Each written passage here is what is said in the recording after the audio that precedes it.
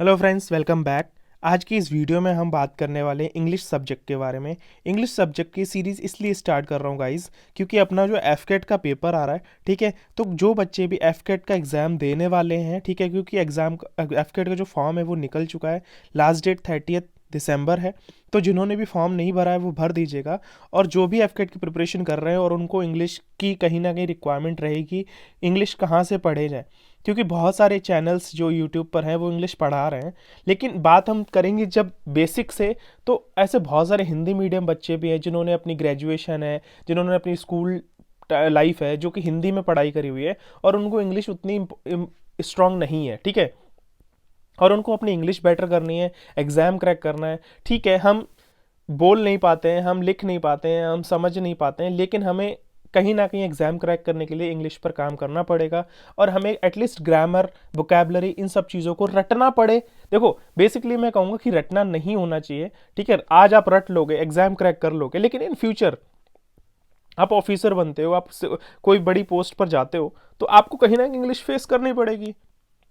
तो मैं कहूँगा कि आप इंग्लिश पढ़ने के साथ साथ, एग्ज़ाम क्रैक करने के साथ साथ, आप अपनी आदत में भी इंग्लिश को लेकर आए, ठीक है। तो जो भी बच्चे हैं एनडीए की जो प्रिपरेशन कर रहे हैं, या सीडीएस की, या सीएपीएफ की, या एफकेट की, या सीडीएस की, मतलब इवन कोई भी कॉम्पिटिटिव एग्जाम है, और अगर वो ऐसे कोई एग्जाम्स दे रहे हैं, ठीक है, तो वो हमारे चैनल को सब्सक्राइब करिए, लाइक एंड शेयर करिए, क्योंकि आपको यहाँ पर जीएस कंटेंट एंड इंग्लिश का कंटेंट आपको बहुत बेसिक से, यानी कि आपको हमारा चैनल कोई भी सब्जेक्ट हो जिसमें जीरो से हीरो बनाएगी, ठीक है। तो हम बात करने वाले हैं कौन कौन सी चीज़ों की। देखो, कोई भी लैंग्वेज हो, इंग्लिश एक लैंग्वेज ही है, तो कोई भी लैंग्वेज को सीखने के लिए, समझने के लिए, पढ़ने के लिए, या उस चीज़ पर अपनी अपनी जो स्ट्रेंथ है, स्ट्रेंथ बनाने के लिए, स्ट्रांग बनाने के लिए क्या क्या चीज़ों की रिक्वायरमेंट होती है।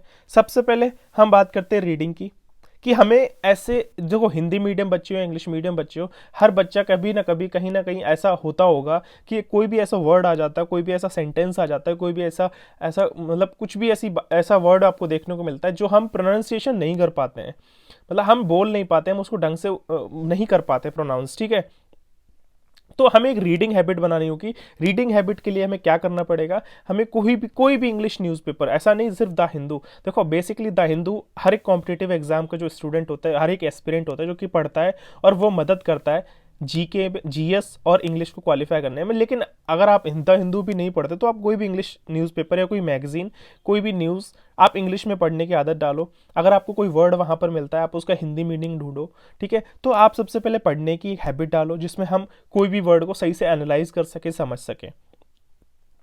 दूसरा आता है लिसनिंग, ठीक है, कि हमें सुनने की आदत होनी चाहिए। सुनने की आदत मतलब जब कोई दो लोग सामने इंग्लिश में बात कर रहे हो, ठीक है, या कोई मूवी है या कोई सॉन्ग है, तो हम मोस्टली अवॉइड करते हैं कि यार इंग्लिश में समझ में नहीं आएंगी चीज़ें, या हमको इंग्लिश सॉन्ग अगर कोई प्ले कर रहा है ना, तो हम उसको बोल देते हैं कि यार चेंज कर दो, ठीक है, मुझे मुझे इंग्लिश गाने समझ में नहीं आते और मज़ा भी नहीं आता। ऐसा नहीं है, आपको इंग्लिश गाने सुनने चाहिए, आपको सुनने की आदत डालनी चाहिए, क्योंकि इंग्लिश कहीं ना कहीं, जब हमारे एनवायरनमेंट में इंग्लिश आएगी ना, तो हम इंग्लिश बोलना सीख ही जाएंगे। अब आप फॉरेन में देखो, फॉरेन में छोटे छोटे बच्चे इंग्लिश क्यों बोल लेते हैं?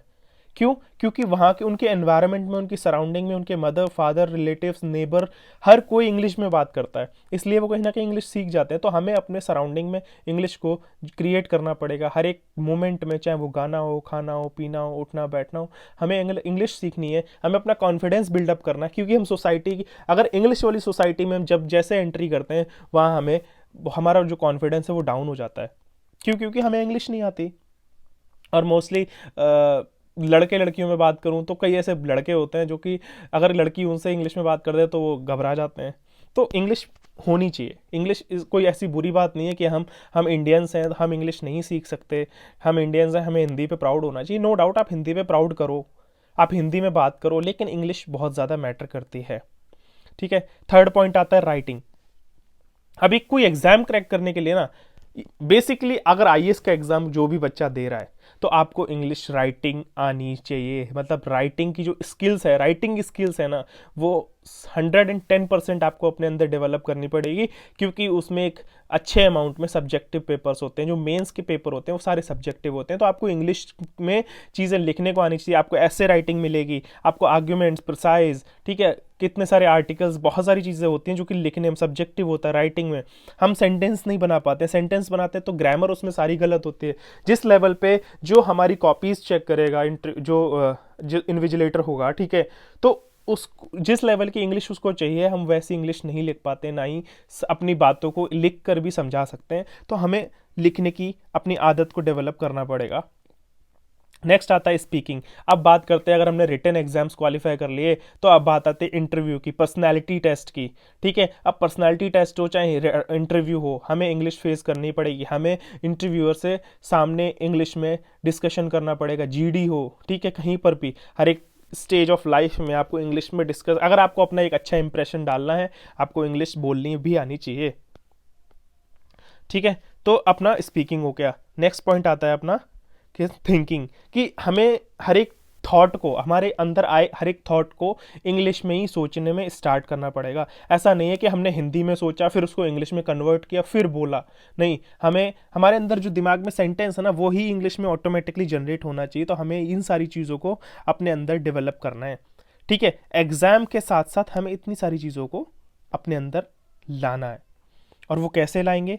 वो हम लाएंगे हमारी सीरीज़ के साथ, जहाँ पर आप एग्ज़ाम्स क्वालिफाई करोगे, लेकिन उसके साथ साथ मैं आपको वोकैबलरी, इडियम्स एंड फ्रेजेस, इन सब की प्रैक्टिस भी करवाऊंगा। और जिससे आप डेली के डेली जब पढ़ाई करोगे तो आपकी इंग्लिश एग्ज़ाम के क्रैक करने के साथ साथ आपको धीरे धीरे अच्छा लगेगा, मज़ा भी आने लगेगा। तो आप इस चैनल को सब्सक्राइब ज़रूर कर लीजिएगा।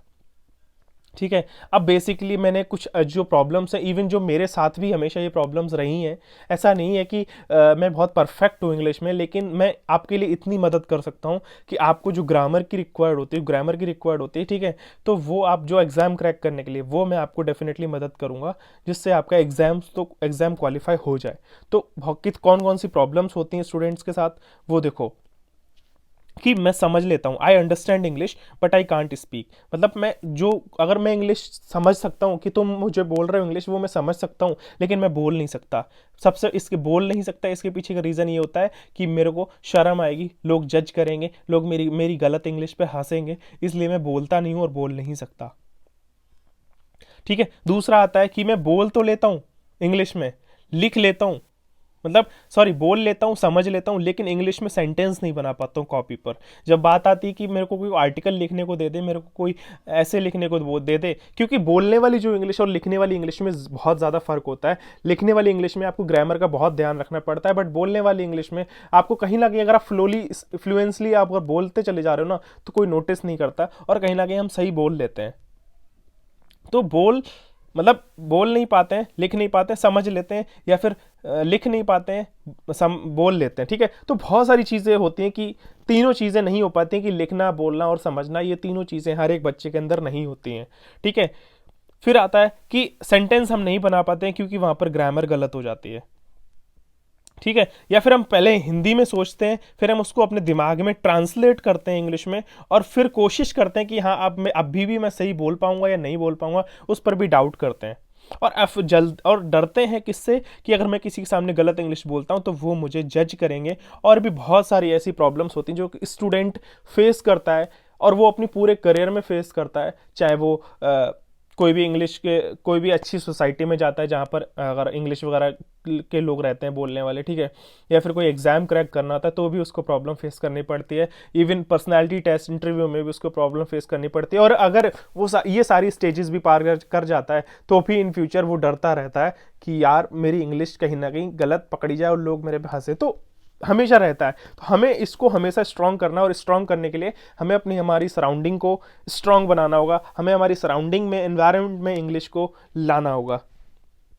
ठीक है, एग्ज़ाम तो क्रैक करना ये हमारा टारगेट है, लेकिन आज के बाद हम क्या करेंगे, इस इंग्लिश में हम ना कि सिर्फ एग्ज़ाम क्रैक करेंगे, लेकिन इस डर को भी एलिमिनेट करेंगे। और हमारा जो गोल है फाइनली, वो हमारा गोल ये है कि इंग्लिश जिसमें हम बोलेंगे भी, लिखेंगे भी, सुनेंगे भी, और ये जो एग्ज़ाम हम देने जा रहे हैं एफकेट का, सीडीएस का, एनडीए का, उसको हम क्रैक करेंगे। ठीक है, तो यही था आज की इस वीडियो में।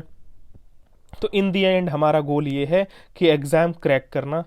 ठीक है, अब रिसोर्सेज क्या है एग्ज़ाम क्रैक करने के लिए? रिसोर्सेज क्या होने चाहिए? रिसोर्सेज के लिए ग्रामर, देखो ये जो सेशंस आपको मिलेंगे उन सेशंस में आपको ग्रामर पूरी मिलेगी जिसमें आपको बहुत बेसिक से बताया जाएगा, ठीक है। उस दूसरा आपको पेपर क्रैक करने के लिए क्या करना पड़ेगा, पास्ट ईयर के जितने भी पेपर्स हैं, जितने भी पेपर जैसे कि एनडीए, सीडीएस, सीएपीएफ, देखो एफकेट तो ऑनलाइन पेपर होता है, वहाँ पर आपको एक फिजिकल कॉपी नहीं दी जाती है, लेकिन एनडीए, सीडीएस, सीएपीएफ के आपको इंग्लिश के पेपर आप उठाकर देखना और पिछले लास्ट 10 ईयर्स या 20 ईयर्स के क्वेश्चन आप सॉल्व करते हो एज अ प्रैक्टिस, तो आपका नेक्स्ट एग्जाम डेफिनेटली क्रैक होगा, ठीक है, ध्यान रखना। अब पास्ट ईयर्स पेपर्स जैसे कि आईएएस की अगर मैं बात करूं तो जनरल इंग्लिश या एक दो पेपर होते हैं, ठीक है, आईएएस में। और दूसरी बात कि अगर आप मुझसे ये पूछो कि क्वेश्चंस इंग्लिश के रिपीट होते हैं तो मैं कहूँगा हाँ जी, पेपर दो जो कॉम्पिटिटिव एग्जाम्स हैं ना उनमें इंग्लिश के क्वेश्चंस डेफिनेटली रिपीट होते हैं, इंग्लिश के रिपीट होते हैं, अदर सब्जेक्ट्स के में नहीं लेकिन इंग्लिश के रिपीट होते हैं, ठीक है। अब मैं आपको क्या क्या प्रोवाइड करूँगा, मैं आपको प्रोवाइड करूँगा वोकैबुलरी, इडियम्स और एक्सेट्रा, जो भी चीज़ें प्रोवाइड करने लायक हैं आपके समझने और पढ़ने के लिए रिक्वायरमेंट होगी वो मैं आपको दूंगा। और नेक्स्ट लास्ट बात, वो आपको न्यूज़पेपर पढ़ने की रेगुलर हैबिट डालनी होगी, स्पेशली फॉर वोकैबुलरी, और ग्रामर्स तो आपको सेशन में मिल ही जाएगी हर एक वीडियो में, ठीक है। तो ग्रामर हम पढ़ेंगे और कुछ इंपॉर्टेंट पॉइंट्स इस सीरीज़ के लिए कि आपको रेगुलर 12 बजे के आसपास, 12 से 1 के बीच में आपको वीडियो डेली मिलेगा, ठीक है। और आपको कंसिस्टेंट रहना होगा हमारी वीडियोस के साथ, कोई भी क्लास मिस मत करना। और अगर आपको कोई डाउट है तो आप कमेंट ज़रूर कर देना, उस डाउट का मैं एक वीडियो हर संडे को विद सॉल्यूशन अपलोड कर दूंगा, ठीक है। और अगर आप कोई प्रिपरेशन कर रहे हो एनडीए, सीडीएस, सीएपीएफ की, और आपको पॉलिटी, ज्योग्राफी, हिस्ट्री या जीएस के सब्जेक्ट्स की आपको प्रिपरेशन करनी है तो हमारे चैनल पर प्लेलिस्ट अवेलेबल है, आप चेकआउट कर लीजिएगा। तो यही थे कुछ इंपॉर्टेंट पॉइंट्स। अब हम नेक्स्ट वीडियो में कल से 12 से 1 के बीच में आपको रेगुलर वीडियो मिलेगा और उसमें हम बात करेंगे ग्रामर की। ग्रामर में हम सबसे पहला टॉपिक पढ़ेंगे नाउन और उसके रूल्स, हर एक चीज़ के बारे में। और जो भी हमारे इस वीडियो को देख रहे हैं वो इस चैनल को सब्सक्राइब ज़रूर कर लीजिएगा। मिलते हैं नेक्स्ट वीडियो में गाइज। हमारे 300 हो गए हैं, ठीक है, 200 और करवाने हैं, तो 500 का हमारा टारगेट है दिसंबर से पहले। अगर ये वीडियो किसी के पास पहुंच रहा है तो प्लीज़ आप हमारे चैनल को सपोर्ट करिए, 500 दिसंबर से पहले आप करवा दीजिएगा। मिलते हैं नेक्स्ट वीडियो में, thank you, have a good day and bye bye.